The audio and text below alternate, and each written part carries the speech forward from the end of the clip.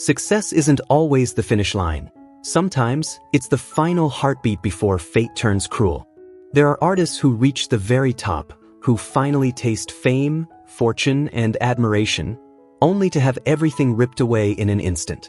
A single bullet, a fatal overdose, a devastating accident. Tragedy doesn't knock. It strikes without warning, stealing brilliance at the peak of greatness. Icons who once burned brighter than anyone suddenly vanished, leaving behind unanswered questions, shattered dreams, and a legacy frozen in time. Today, we uncover 15 chilling stories. Who were they? What truly happened in their final moments? Stay with us until the end, because the truth behind these tragedies is far more brutal than you ever imagined. Bernie Mac. The laughter stopped too soon. A life already slipping away. Bernie Mac was more than a comedian, he was a force of nature. A legend who brought joy to millions and turned raw pain into unforgettable comedy. Raised in the tough neighborhoods of Chicago, Bernie didn't run from hardship, he mined it. Every scar, every struggle became fuel, transforming a turbulent life into non-stop laughter. From 2001 to 2006, The Bernie Mac Show didn't just dominate television, it defined an era. The series earned him an Emmy and sealed his place among comedy's elite.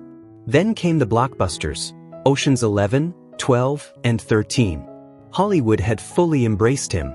By 50, Bernie Mac stood tall, untouchable, irreplaceable, at the absolute peak of his power.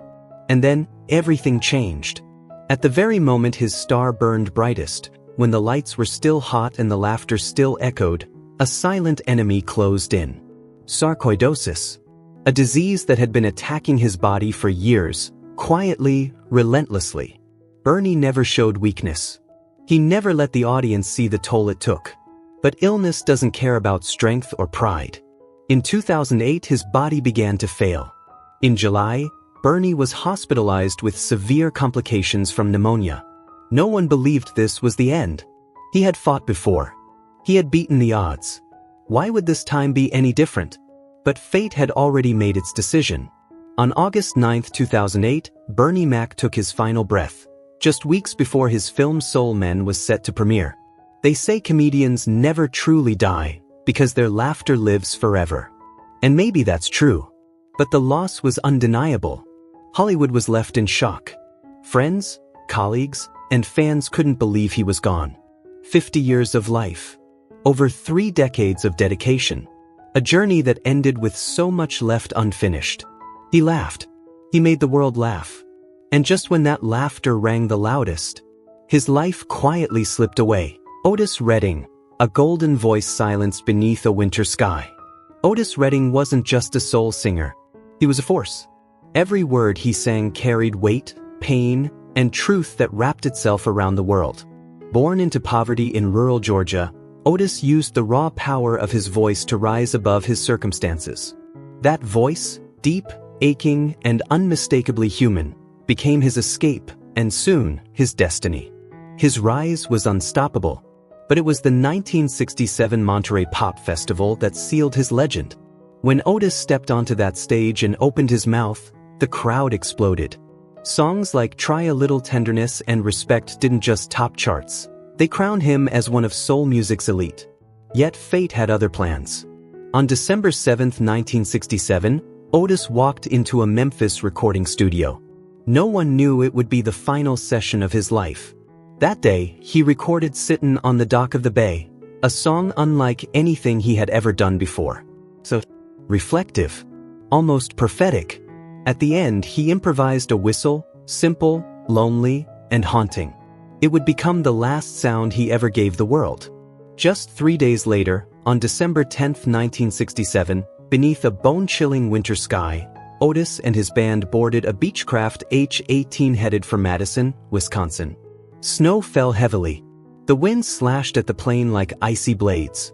The sky was dark and unforgiving, but the pilot took off anyway. The plane vanished into the storm. At 4 p.m., radio contact was lost.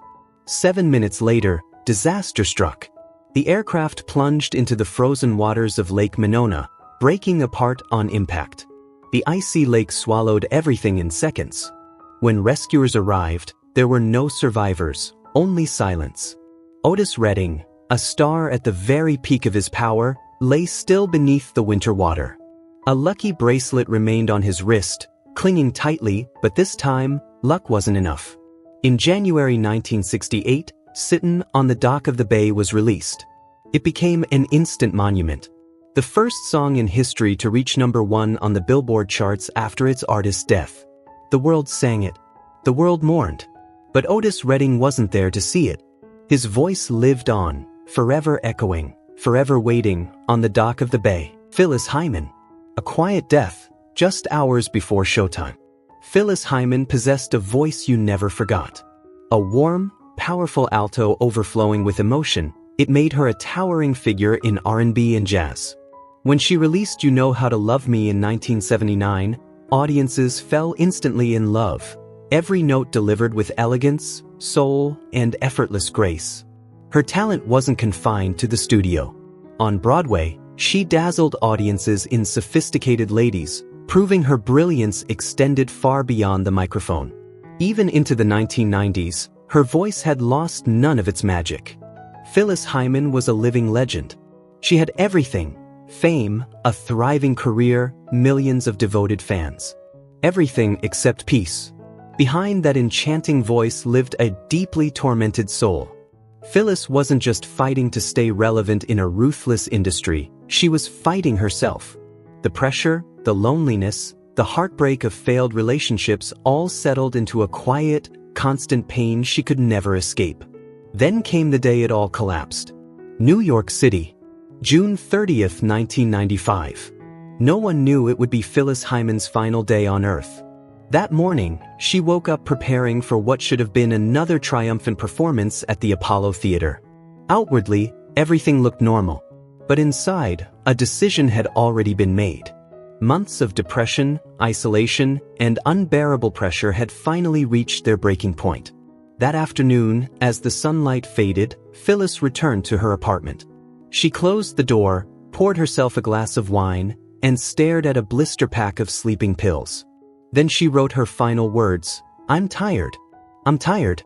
Those of you that I love know who you are. May God bless you." One haunting phrase stood out: unchangeable by anyone. When she was found, the glass still sat beside her. The pill pack was empty. A suicide note stretched across the table, filled with exhaustion and wounds that had never healed. That same night, the Apollo Theater was packed. Fans waited eagerly for the voice that had moved their souls for decades. They had no idea their beloved singer was already gone. When the news broke, the music world was devastated. Phyllis Hyman was only 45 years old. Many wondered, what if she had held on just one more day? How much more beauty could she have shared with the world? But there are no what-ifs. Only silence. And a legacy forever tinged with heartbreak. Florence Griffith Joyner. The Queen of Speed. Gone in a heartbeat, yet immortal in history. Florence Griffith Joyner, known to the world as FloJo, was the very definition of speed, glamour, and greatness. She didn't just run races, she electrified them. At the 1988 Seoul Olympics, FloJo tore through the track like a force of nature, rewriting the record books with a jaw-dropping 10.49 seconds in the 100 meters and 21.34 seconds in the 200 meters. Times so extraordinary they have stood untouched for more than 3 decades. But FloJo was more than numbers on a stopwatch. She transformed the track into a runway. Her bold, one-legged racing suits, flowing hair, and iconic, hand-painted nails made her unforgettable. Every appearance was a performance. Every race, a statement. She wasn't just fast, she was fearless, radiant, and larger than life. A queen in motion. Then, without warning, tragedy struck, swift and merciless. September 21st, 1998. The night before, FloJo was full of life, healthy, and vibrant as ever. There were no signs. No alarms. She went to sleep and never woke up. A sudden seizure caused her to suffocate in her bed. By the time her family found her, the world had already lost a legend. The news hit like a lightning bolt. How could a champion with no serious medical history vanish so quietly? Questions surged. Whispers of performance-enhancing drugs circled, but no evidence was ever found. Others pointed to the toll of elite training, yet no clear answers emerged. Only one truth remains unshaken. Florence Griffith Joyner is gone, but her legacy is untouchable. Her records still stand. Her style still inspires. And her impact still races through the hearts of fans around the world. FloJo didn't just run fast. She ran into eternity. Sam Cooke, a brilliant light, extinguished by a single, fateful shot. Sam Cooke was more than an American music legend. He was the sound of a movement. A golden voice with a revolutionary spirit, he shattered boundaries and lifted soul and R&B to heights no one had imagined. From You Send Me to Wonderful World, he ruled the charts. But his crowning achievement was A Change Is Gonna Come, a haunting prophecy filled with pain, longing, and hope, a song that foretold a coming revolution. He had just recorded it. His future was dazzling, limitless. Then fate struck, swift and unforgiving. December 11th, 1964. Sam Cooke walked into the Hacienda Motel in Los Angeles. A cheap, rundown place, far removed from the world of fame, wealth, and admiration he lived in. Witnesses said he was with a woman he barely knew. But why would a superstar at the peak of his power end up in a motel like that? No one has ever been able to explain it. Hours later, a gunshot shattered the silence of the night. When police arrived, Sam Cooke lay dead on the motel floor, wearing nothing but a robe. He had been shot in the chest. The shooter was Bertha Franklin, the motel manager. She claimed self-defense, said Cooke burst into her office in a rage and attacked her. Authorities accepted her story almost immediately. But something didn't sit right. This was Sam Cooke, a man with the world at his feet. A disciplined artist. A savvy businessman. A civil rights voice. Did it make sense that he suddenly lost control? The case was closed quickly.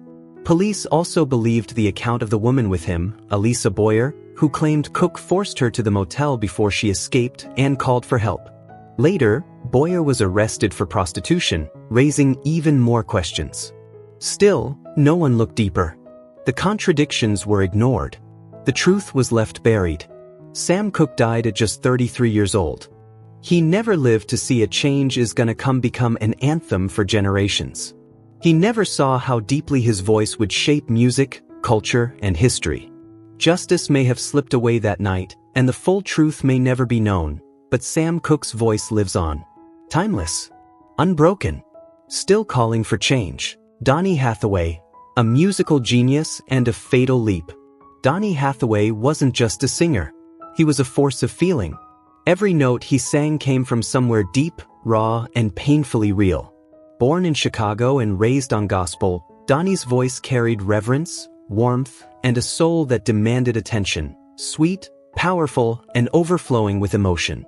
In 1972, his duet, Where Is the Love, with Roberta Flack soared to the top of the charts, earning a Grammy and sealing his place as a soul music icon. A year later, his album Extension of a Man revealed the full scope of his genius.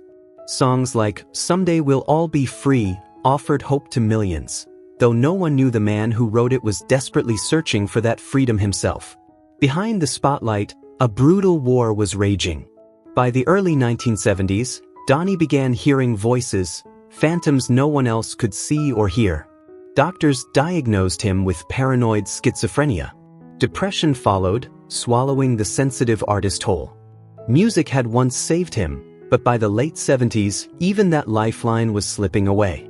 Recordings stalled. Shows were canceled. Friends, collaborators, even Roberta Flack, could only watch as he slowly disappeared into darkness. On January 13, 1979, Donny met with musicians in New York to discuss a new project, a possible return, a second chance. But midway through the meeting, he spoke again of the voices in his head. They were louder now, more relentless. No one could truly understand the terror he was living with. That night, Donny returned to his room at the Essex House Hotel. Standing at the 15th floor window, he looked out over the glowing city below, a world still moving forward. But for him, perhaps it had already stopped. Around 11 p.m., Donny Hathaway stepped out of that window. When his body was found, it was still, but his music was not. His death sent shockwaves through the music world.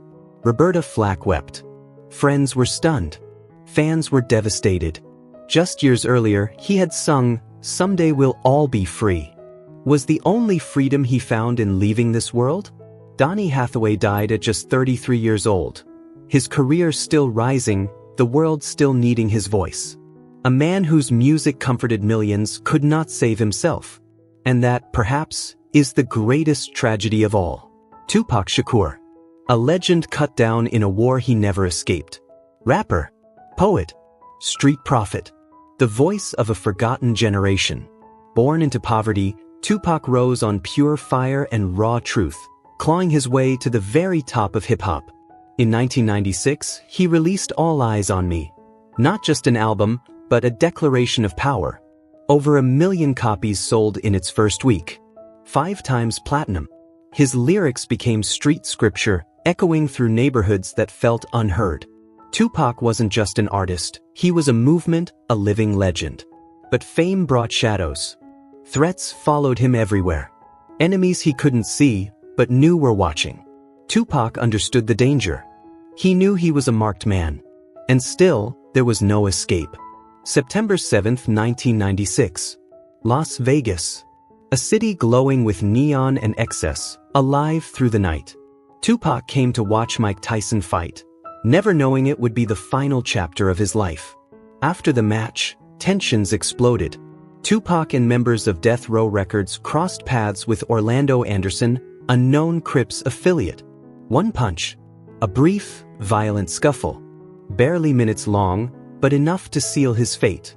At 10:55 p.m., Tupac rode shotgun in Suge Knight's black BMW, rolling down Flamingo Road. Then it happened. A white Cadillac pulled alongside. Gunfire shattered the night. 12 shots fired. 4 bullets tore into Tupac's body. He collapsed in the seat as the car sped away, chaos and screams trailing behind them. Rushed to the hospital, Tupac fought for 6 days, refusing to let go. But destiny had already spoken. On September 13, 1996, Tupac Shakur took his final breath. Hip-hop was shaken to its core. His death became one of music's greatest unsolved mysteries. Who gave the order? Gang retaliation? A deeper conspiracy? Or the tragic price of living too fiercely in a ruthless world? The answers never came. But Tupac never left. His voice still echoes. His words still burn. And his name, Tupac Shakur, remains a symbol of rebellion, truth, and an icon that death could never silence. The Notorious B., the night the rap king was silenced at the peak of his power. Christopher Wallace wasn't just a rapper. He was a titan of hip-hop.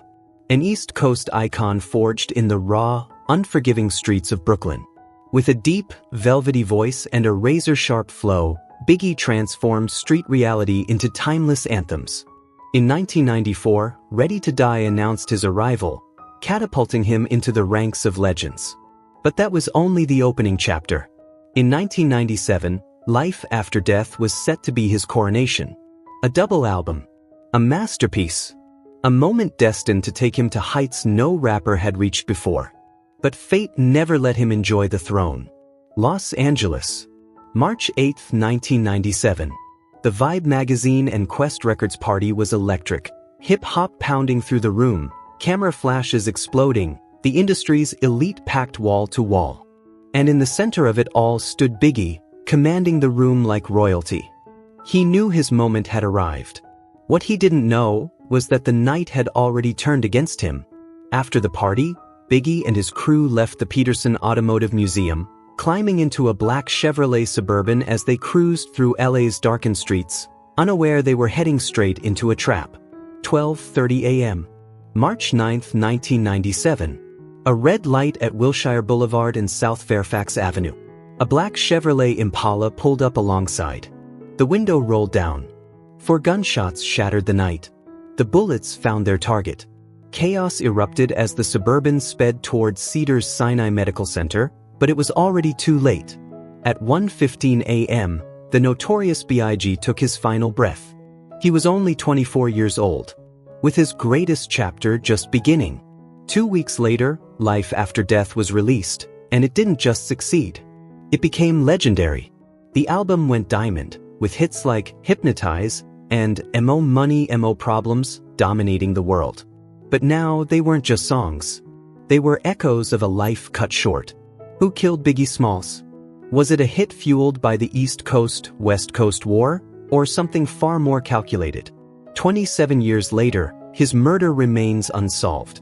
But one truth is undeniable. The Notorious B.I.G. will live forever. A legend etched into hip-hop history. A star that never fades. Lisa Left Eye Lopes, a blazing force extinguished on a single fateful ride. Lisa Lopes wasn't just a member of TLC. She was its heartbeat. Fierce, fearless, and unforgettable, her explosive energy, signature style, and razor-sharp rap delivery made her one of the most iconic figures in 90s R&B. With albums like Crazy Sexy Cool, 1994, and Fan Mail, 1999, TLC sold tens of millions of records, dominated the charts, and carved their name permanently into music history. But behind the fame was a darker current. Relentless pressure. Internal conflict. Personal demons. Lisa was always searching for peace, for meaning, for a way out of the chaos. She wanted a reset. A new beginning. That search led her to Honduras. What no one knew was that it would become her final chapter. Honduras wasn't just an escape. Lisa believed it was a place of spiritual power. She meditated, explored deeper consciousness, and poured her thoughts into journals, convinced she was undergoing a transformation. But something unsettling followed her there. Weeks before her death, Lisa struck and killed a young boy with her car. The tragedy shook her to the core. She wrote about feeling watched, as if a presence hovered around her. She began to believe the boy's spirit had marked her, and that she would be next. And then the unthinkable happened. On the afternoon of April 25, 2002, a Mitsubishi Montero Sport sped down a dusty road in Honduras. Lisa was driving, friends riding beside her. The sun burned overhead. The wind rushed through the open windows. Suddenly, a dark shape appeared in the road. She reacted instinctively, swerved hard. The vehicle lost control. Metal screamed.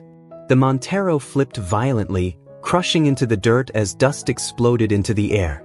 6 passengers survived. Only one was thrown from the car. Lisa wasn't wearing a seatbelt. At just 30 years old, at the height of her fame, Lisa Left Eye Lopes was gone, leaving behind a silence no success could ever fill. TLC was never the same after that day.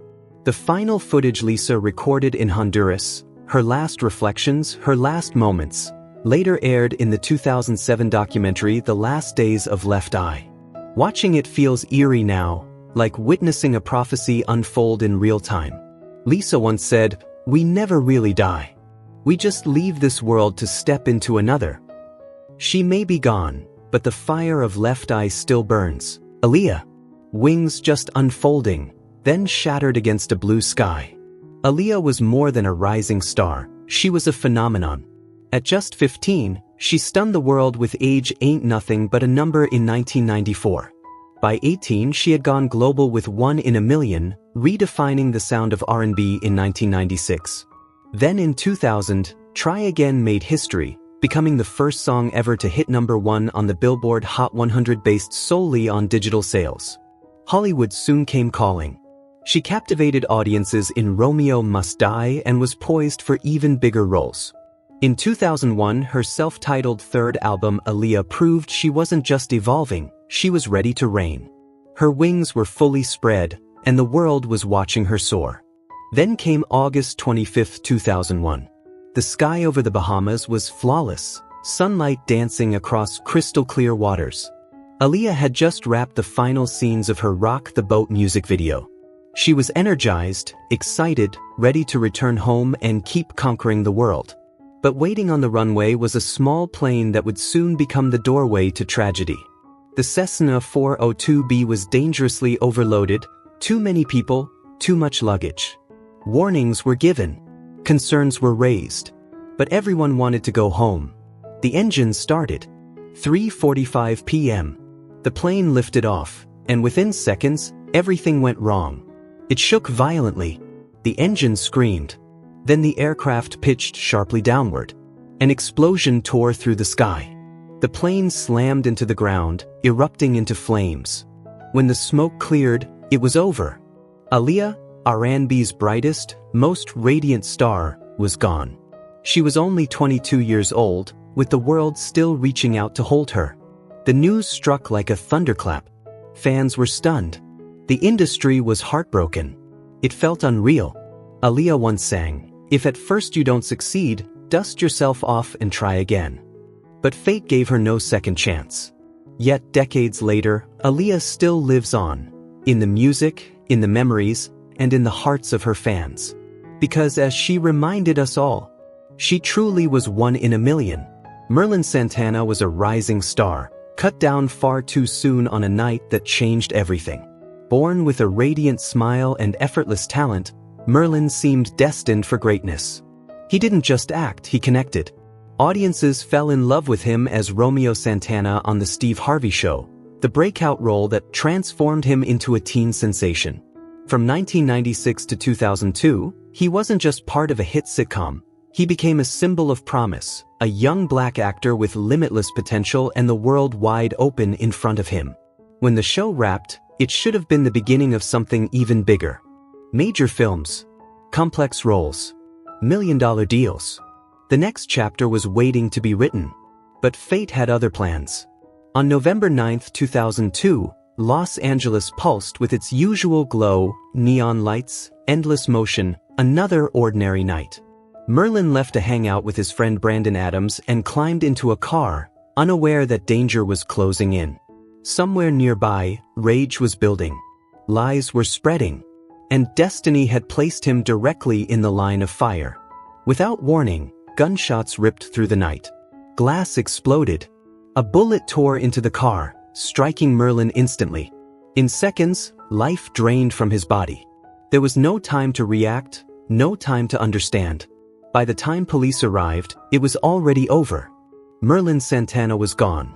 The truth was almost as devastating as the crime. A false rumor, spread by a 15-year-old girl, claimed Merlin had acted inappropriately. No proof. No confirmation. Just words. Fueled by anger and loyalty, a group of young men chose violence over truth. They didn't question it. They didn't pause. In mere seconds, a future was erased. The killers were caught. Convictions were handed down. But justice couldn't undo the damage. Hollywood kept moving. New stars emerged. The industry never stopped.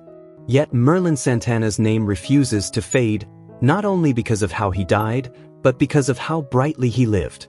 His talent was real. His potential was undeniable.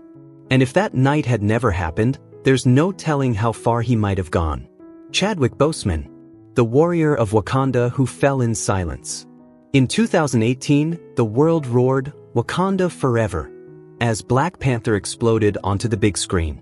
Overnight, Chadwick Boseman became more than an actor. He became a symbol. A king on film. A hero in real life. But that crown was never handed to him.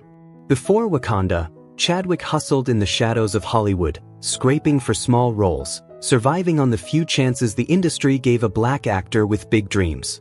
When his moment finally arrived, he didn't just take it, he owned it. Then came Avengers: Endgame in 2019, the highest-grossing film of all time. His name burned bright among the biggest stars on the planet. The world celebrated his rise, unaware that behind the scenes, Chadwick was fighting a battle more brutal than anything in the Marvel Universe. In 2016, just as his career was taking off, Chadwick received devastating news: stage 3 colon cancer. For many, that would have meant surrender. For Chadwick, it meant war. He told almost no one. Only family. A handful of close friends. While the world saw a fearless superhero, he endured surgeries, chemotherapy, and unbearable pain. He kept filming, kept training, kept smiling on red carpets. During Black Panther, he pushed through agony in silence. While filming Spike Lee's Da 5 Bloods, his body visibly weakened, yet no one imagined the truth. Not a single complaint. Not one public cry for sympathy. Then, on August 28, 2020, the world stopped. Chadwick Boseman was gone. For 4 years, he had fought cancer in secret while giving everything he had to his art, filming Black Panther, Infinity War, Endgame, 21 Bridges, Da 5 Bloods, and Ma Rainey's Black Bottom. No one saw the chemo sessions between takes. No one knew the sleepless nights, the quiet suffering. When Chadwick spoke about strength, resilience, and purpose, he wasn't acting. He was telling his own story. He left us at just 43 years old, but what he gave the world will never fade. Chadwick Boseman didn't just play a king. He was one. A man who fought until his final breath, not just for himself, but for a generation that finally saw itself reflected in greatness. Wakanda Forever is no longer just a movie line. It is a tribute, a promise, a global salute to the warrior who made millions believe. Wakanda Forever. Chadwick Forever. Nipsey Hussle. A street icon. A visionary. Gunned down at the very peak of his rise. Nipsey Hussle was more than a rapper. He was a real street soldier from Los Angeles. Born and raised in the gang-scarred Crenshaw neighborhood, he came from nothing and climbed his way into hip-hop's upper echelon through grit, hustle, and unshakable belief. For years, he grinded in the underground, building a loyal following long before mainstream recognition ever came. Then in 2018, Victory Lap changed everything. The album shattered expectations, broke him out of the underground mold, and earned a Grammy nomination. Nipsey had finally arrived. His star was burning brighter than ever. But fate can be cruel. Los Angeles. The afternoon of March 31, 2019. Nipsey stood outside his Marathon clothing store, a business he built not just for profit, but to empower the Crenshaw community he loved so deeply. To Nipsey, success meant giving back, uplifting the youth, supporting small businesses, and investing in education. No one knew these would be his final moments. A familiar face approached, Eric Holder. A brief conversation. Nothing seemed out of place. Eric walked away. Nipsey didn't sense any danger. But minutes later, Eric returned, this time with a gun. Shots rang out. Nipsey collapsed right there, in front of the store he built for his people. Chaos exploded. Fans, employees, and strangers rushed to help. Many believed he'd survive. After all, Nipsey had beaten impossible odds his entire life. But this time was different. When paramedics arrived, he was still fighting to breathe. At the hospital, hope slowly slipped away. Nipsey Hussle was pronounced dead at just 33 years old, barely a year after Victory Lap launched him to the top. Los Angeles mourned. Hip-hop mourned. A generation mourned. Nipsey wasn't just an artist, he was a symbol of progress, pride, and purpose. His funeral filled the Staples Center, a place reserved for legends like Michael Jackson. Over 21,000 people attended. Millions more watched around the world. Though his life was cut short, his impact was not. A bullet ended a life, but it could never kill a legacy. Nipsey Hussle lives on. XXXTentacion. A young star burning bright, until fate snuffed him out too soon.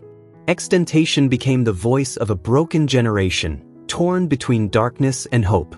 Rising from SoundCloud obscurity, he exploded onto the charts with 17, crafting raw, confessional music soaked in pain, trauma, and unanswered questions about life. His honesty resonated deeply, turning sorrow into success and propelling him to the height of his career. Just as the world fully embraced his talent and a new chapter loomed, destiny struck without mercy. On the scorching afternoon of June 18, 2018, Florida heat hung heavy in the air. XXXTentacion stepped into Riva Motorsports, shopping for a new motorcycle, unaware those moments would be his last taste of freedom. As he exited, an SUV suddenly blocked his path. Two strangers jumped out. One lifted a gun. There was no warning. No escape. A single shot rang out. XXXTentacion collapsed in the driver's seat. Time seemed to stop. Within minutes, the world learned the unthinkable. A 20-year-old prodigy, taken at the peak of his power. Fans poured into the streets, blasting his music, voices breaking as "Sad" echoed through crowds, a song that now felt hauntingly prophetic. Grief spread faster than disbelief. Yet even in death, his voice refused to fade. Unreleased tracks surfaced. His posthumous album Skins climbed the charts, sealing a legacy that could not be erased. From global charts to the deepest corners of his fans' hearts, XXXTentacion lives on. Not in flesh, but in the music that still speaks for the lost, the hurting, and the unheard. Pop Smoke, a rising force in the rap world, gone far too soon. He wasn't just another artist, he was the pulse of a generation. Born from the gritty streets of Brooklyn, Pop Smoke rose with a raw, commanding voice that reshaped drill rap and pushed it onto the global stage. In 2019, Welcome to the Party detonated across the industry, catapulting him from local buzz to worldwide attention. The Meet the Woo mixtapes didn't just make noise, they cemented his place in modern rap history. The world watched as his debut album, Shoot for the Stars, Aim for the Moon, promised superstardom. Everything pointed upward. Then, in a single night, everything changed. February 19, 2020. The Hollywood Hills were quiet beneath the dark sky. Inside a lavish mansion, Pop Smoke was celebrating, posting photos online, unaware that someone was watching. Around 5 a.m., shadows moved. Armed intruders stormed the house. Chaos erupted. A struggle. Gunshots echoed through the silence. By the time police arrived, Pop Smoke was gone. At just 20 years old, a once-in-a-generation talent was taken in a moment that stunned the world. The shock rippled through the music industry.